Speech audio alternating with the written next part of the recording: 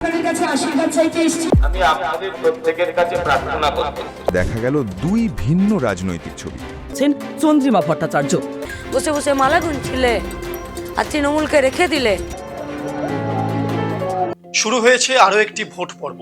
2026-এর বিধানসভা নির্বাচন নিয়ে এই মুহূর্তে আমাদের রাজ্যে রাজনৈতিক তৎপরতা তুঙ্গে। কোনো রকম রক্তপাত ছাড়া একটি ভোটের আয়োজন আমাদের রাজ্যে এক প্রকার সোনার পাথরবাটির সমান। ভোট পরবর্তী হিংসায় বহু রাজনৈতিক কর্মী প্রাণ হারায়, বহু মায়ের কোল শূন্য হয়ে যায়, অনেকে তার স্বামী বা বাবাকে এই নির্বাচনেই হারিয়ে ফেলেন চিরতরে। এরই মধ্যে 23শে এপ্রিল প্রথম দফার ভোট মিটে গেছে। প্রচুর সংখ্যক মানুষ ভোট দিতে বেরিয়েছিলেন। দ্বিতীয় দফার ভোট 29শে এপ্রিল। আর এবারের ভোট নিয়ে সাধারণ মানুষের মধ্যে উত্তেজনা যেন একটু বেশিই তুঙ্গে উঠেছে। এর মধ্যেই এসআইআর করে ভোটার তালিকা থেকে বাদ গেছে 27 লক্ষ ভোটারের নাম। মোটের ওপর সকলেই ভোট দিতে চাইছেন, প্রয়োগ করতে চাইছেন নিজের গণতান্ত্রিক অধিকার। আর সেটা সত্যিই ভালো বিষয়। যে কোনো দেশের গণতন্ত্রে ভোট প্রদানের সংখ্যা বৃদ্ধি ভীষণ ইতিবাচক। তবে আমাদের এই রাজ্যে বিধানসভা নির্বাচন অর্থাৎ 2026 সালের বিধানসভা নির্বাচনে কে জয়ী হলো, দিনের শেষে এই রাজ্যের ভার কোন শাসকের, কোন দলের হাতে গিয়ে পৌঁছালো, তার ফলাফল জানতে আমাদেরকে অপেক্ষা করতে হবে 4 মে পর্যন্ত। নমস্কার, আমি মনীষ, আপনারা দেখছেন সিভিএনএন চ্যানেলে স্মার্ট সল্টলেক, সবার জন্য সব সময়। আমাদের আজকের বিষয় ব্যালেট না ব্যালে, নাচ এবং দায়িত্ব এখন একসঙ্গে। আমাদের কাছে অধিকার একটা, যেটা আমরা আমাদের স্ব ইচ্ছায় দেব।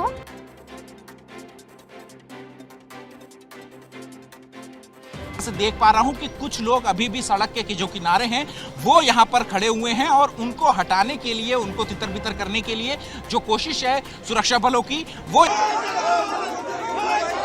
এখন মজার প্রশ্ন হলো, নির্বাচনের পর যে প্রতিনিধি আমাদের সামনে এলেন তারা আদৌ কতজন নিজেদের প্রতিশ্রুতিতে যা যা বলেছিলেন সেগুলোর পালন করেন? তাদের মধ্যে আদৌ কতজনকে আমাদের নিজেদের এলাকাতে সারা বছর দেখতে পাই?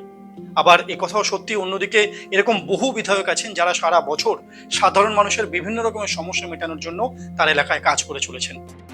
মানুষের স্বাস্থ্য হাসপাতাল, ছেলে মেয়েদের লেখাপড়া, গরিব মানুষের খাবারের ব্যবস্থা, ভেঙে পড়া রাস্তা ঠিক করা, নদীর ভাঙন বাঁধ বানানো, কাজের সুযোগ তৈরি এবং সরকারি চাকরিতে নিয়োগ, আরও কত কি।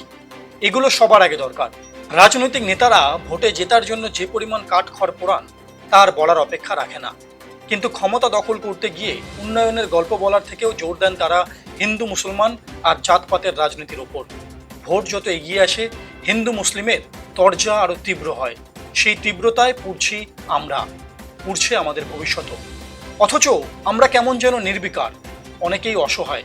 উগ্রতা আগের থেকে অনেক বেশি। কিছু মানুষকে দেখা যায় এই উগ্রতাকে বেশ উপভোগ করছেন, এই নিয়ে মাথাও ঘামাচ্ছেন। একটা জিনিস পরিষ্কার বোঝা যায়, যে দল যত বেশি মানুষকে উত্তপ্ত করবে সেই দলই এগিয়ে থাকবে। আর ভিতরে ভিতরে একটা উগ্র ঢেউ আছড়ে পড়বে আমাদের অবুঝ মনে। মনে হয় সস্তা জনপ্রিয়তার রাজনীতির এই দৈন্য নামের রোগটা শুরু হলো এবার, অনেকটা ক্যান্সারের মতো। তবে এটাও সত্যি যে এখনো প্রত্যেকটি রাজনৈতিক দলে বহু এরকম ভালো মানুষ আছেন এবং শিক্ষিত মানুষ আছেন। কিন্তু গুরুতর প্রশ্ন হলো যে এই সবকিছুর পরেও তারা কেন এত উগ্রতাকে এখনো প্রশ্রয় দিচ্ছেন? সবকিছু দেখেও তারা চুপ থাকছেন। তার মানে কি তাদের মধ্যেও দীনতা চেপে বসেছে? আসলে বোধহয় আমরা সবাই ভাবছি ক্ষতি তো আমার হচ্ছে না। আমি যদি ন্যায় পেতাম তাহলে তো আর জনগণ রাস্তায় থাকতো না। এই আমার সর্বস্ব চিন্তা এবার তুলে রাখার সময় হয়েছে। যেভাবে রাজনীতি থেকে সৎ মানুষ সরে গিয়েছেন অভিমানে এবং ভয়ে, সব ভুলে আবার ফিরে আসা দরকার আমাদের ভবিষ্যৎ বাঁচাতে। নইলে কোনোদিন হয়তো শুনতে হবে আপনাকেই আপনার বাড়ির কেউ ওই সব নেতাদের ভাষা নকল করে বলছে মেরে ঠ্যাং ভেঙে দেব, অথবা দেখবেন আপনার আমার ছেলেমেয়েরা লাঠি নিয়ে যাচ্ছে কলেজে, যা শিখেছে শেখাবে আরো মারাত্মক বেশি। তবে একথাও একদমই ঠিক যে হঠাৎ করে আজকের রাজনৈতিক নেতারা কবির ভাষায় কথা বলতে যাবেন না। কিন্তু টেলিভিশন খুললেই বা আমাদের সামনে আজকাল আমরা যেভাবে রাজনৈতিক নেতাদের যে ভাষায় একে অপরের সঙ্গে কথা বলতে দেখছি বা শুনছি, তাতে এটাই স্পষ্ট ইঙ্গিত যে আমরা কিভাবে আরো নিচের দিকে এগিয়ে চলেছি। ভাষার কদর্যতা এগিয়ে চলেছে সামনের দিকে এবং আমরা আমাদের পরবর্তী প্রজন্মকে, আমাদের ভবিষ্যৎ প্রজন্মকে সেটাই শেখাচ্ছি এবং সেটাই দেখাচ্ছি। কয়েকদিন আগেই আমরা একটি ঘটনা দেখলাম। হুগলির পুরসুরার এক প্রার্থী প্রচারে বেরিয়ে ঢুকে পড়লেন এক ভোটারের রান্নাঘরে। সেখানে গিয়ে তিনি দেখেন তার বাড়িতে গ্যাস নেই, তাই বাধ্য হয়ে গৃহবধূ উনুনে রুটি বানাচ্ছেন। আর এই দৃশ্য দেখে ভোট প্রার্থী ব্যালন হাতে নিজেই রুটি বেলতে শুরু করেন। আরেক প্রার্থীকে দেখা গেছে রাস্তার ধারে নাপিতের থেকে খুর চেয়ে নিয়ে দাড়ি কাটতে। ভোট প্রার্থী বা কেউ কেউ বলছেন প্রচারের এই সব নতুন নতুন কৌশল, কিন্তু জল, কল, রাস্তা কি করতে পেরেছি আর কি পারেনি সেই সবের ফিরিস্তি ছেড়ে প্রার্থীরা বেছে নিচ্ছেন একেবারে অন্য প্রসঙ্গ, যার সাথে ভোটের কোনো সম্পর্ক নেই। ভোটে জেতার পর নেতাদের অবস্থান কি হবে তা আমরা কেউ জানি না। বিধায়ক বা সাংসদ হয়ে গেলে অনেকের মধ্যেই একটা সাপের 5 পা দেখার বা লঙ্কায় বসে রাবণ হওয়ার প্রবৃত্তি দেখা যায়। রাজনীতি আজকের ভারতে একটি পেশা বা ব্যবসাও বলা যেতে পারে। আজকাল মতাদর্শের জন্য রাজনীতি বড়জোর 10% লোক করে, বাকিরা চাকরি বদলানোর মতোই না পোষালে দল বদলায়। আর এটাই বাস্তব চিত্র।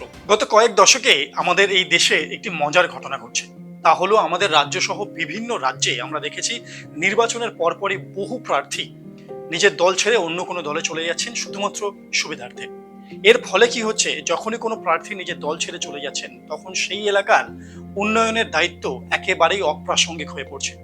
এর বিরুদ্ধে দলের কঠোর ব্যবস্থা নেওয়া উচিত, কারণ যখনই কোনো প্রার্থী নিজের দল ছেড়ে অন্য কোনো দলে যাচ্ছেন এক প্রকার দেখলে দেখা যাবে যে এটা কিন্তু সেই মানুষগুলোকে বিশ্বাসঘাতকতা করা যারা নিজেদের ভোটের অধিকারকে কাজে লাগিয়ে সেই প্রার্থীকে নিজেদের প্রতিনিধি বানিয়েছিলেন নিজেদের উন্নয়নের জন্য। তাই কোনো প্রার্থীর এই লোক ঠাকানোর অধিকারকে আমাদের গণতন্ত্রের একেবারেই প্রশ্রয় দেওয়া উচিত নয়। তাই আমাদের মনে হয় এই নিয়ম অবিলম্বে চালু করা উচিত যে যখনই কোনো প্রার্থী নিজের দল ছেড়ে অন্য কোনো দলে চলে যাবেন সেই মুহূর্তে সেই প্রার্থীর বিধায়ক বা সাংসদ পদ বাতিল হয়ে যাবে। এটার মধ্যে পুরো 21 জন নাম, সেখানে সুজিত বোসের নাম কোথাও নেই। এবারের ভোটে নির্বাচন কমিশন ঝাড়াই বাছাই করে 27 লক্ষ মানুষের নাম বাদ দিয়েছে। যাদের নাম বাদ পড়েছে আদালতের মুখোমুখি হয়ে নাগরিকত্বের প্রমাণ দিতে পারলে তবেই পরবর্তী সময় তাদের নাম উঠবে। গণতন্ত্রে ভোটার তালিকা কেবল একটি প্রশাসনিক নথি নয়, এটি নাগরিক অস্তিত্বের স্বীকৃতি। আর সেই অস্তিত্ব যদি অনিশ্চয়তার মধ্যে পড়ে যায় তাহলে কতজন বাদ পড়লেন প্রশ্ন শুধু সেটা নয়, প্রশ্ন হলো কোথায় কার ওপরে কতটা বেশিভাবে এই অনিশ্চয়তা নেমে এলো। তাই বিপুল সংখ্যক লোকজনকে অস্তিত্বহীন করে দেওয়া খুবই মাথা ব্যথার প্রয়োজন। তাই একটি গুরুদায়িত্ব সবার থেকে যায়, যারা সত্যিকারের ভোটার আগে নিঃশর্তে তাদের নামটা তালিকায় তোলা। বেঁচে থাকার এই আরতি শুধু একজনের নয়, লাখো লাখো মানুষের। ভোট মানে দুর্নীতির প্রসঙ্গ এমনিতেই চলে আসে। মনে হয় না যে নির্বাচন প্রক্রিয়াকে পুরোপুরি দুর্নীতি মুক্ত করা যায়। আমরা ছোটবেলা থেকেই শুনে এসেছি নির্বাচন প্রক্রিয়ার মধ্যে দুর্নীতি আছে, এবং আজও শুনে চলেছি। রাজনৈতিক দল ও প্রশাসনের মধ্যেও দুর্নীতি রয়েছে। কেউ কিছু আড়াল করতে চান, আবার কেউ শাক দিয়ে মাছ ঢাকতে চান। আর দুর্নীতি মুক্ত হোক বললেই যে কাল থেকে দুর্নীতির নামগন্ধ থাকবে না তা কিন্তু নয়। তাই যিনি বিধায়ক হচ্ছেন তাকে এবং তার দলকেই দায়িত্ব নিতে হবে। কে কোন রাজনৈতিক দলের সমর্থক, কে কাকে ভোট দেন তা না দেখে উন্নয়ন হতে হবে সবার জন্য। দলের কিসে ক্ষতি হবে বা কিসে লাভ হবে সেসব না ভেবে, রাজনৈতিক আনুগত্য না দেখে যদি সবার জন্য কোনো কাজ করা যায় তাহলে একমাত্র দুর্নীতি কিছুটা কমতে পারে। যাই হোক, এটা বলাই বাহুল্য যে সবার আগে এই রাজনৈতিক প্রার্থীদের একটি জিনিস বারবার নিজেদের মনে রাখতে হবে, তা হলো সবার আগে তারা জনগণের প্রতিনিধি। তাই নিজের স্বার্থকে একটু পেছনে রেখে জনগণের স্বার্থে তাদেরকে কাজ করতে হবে, এবং ভোটের আগে তারা যে যে প্রতিশ্রুতি দিয়েছিলেন সেগুলো ঠিকঠাক পালন করা এবং আগামী 5 বছরে কিভাবে রাজ্যকে এগিয়ে নিয়ে যাবে তার ফর্মুলা তৈরি করা প্রত্যেকটি রাজনৈতিক দলের সবার আগে প্রয়োজন। কিন্তু বাস্তবে এসব করতে গেলে পড়ালেখা জানা, শুভবুদ্ধি থাকা রাজনৈতিক নেতাদের প্রয়োজন। আমাদের দেশে এরকম রাজনীতিবিদ হাতে গোনা কয়েকজন, কিন্তু এসব নিয়ে কোনো দল আগ্রহ দেখায় না। ভোটের আগে নির্বাচন কমিশনে জমা দেওয়া তথ্য দেখা যায় আগের বারের তুলনায় অধিকাংশ জনপ্রতিনিধিদের সম্পদ বৃদ্ধি হয়েছে। তাই আমাদের মনে হয় সবার আগে বিড়ালের গলায় ঘণ্টাটা পরানো ভীষণভাবে প্রয়োজন। তাহলেই বোধহয় ভোটের পাশাপাশি রাজনৈতিক দলের এবং প্রার্থীদের দায়িত্ব পালন একসঙ্গে এবং ঠিকঠাকভাবে হবে। আমাদের আজকের পর্ব আমরা এখানে শেষ করব। বহু মানুষ যারা দেখছেন আজকে তারা আমাদের সঙ্গে একমত প্রকাশ করবেন বা আবার অনেকে দ্বিমত প্রকাশ করবেন। যাই হোক, আপনাদের মতামত অবশ্যই আমাদেরকে আজকে কমেন্ট বক্সে জানাবেন এবং সঙ্গে থাকবেন আমাদের। দেখতে থাকুন সিভিএনএন চ্যানেল, সবার জন্য সবসময়। নমস্কার।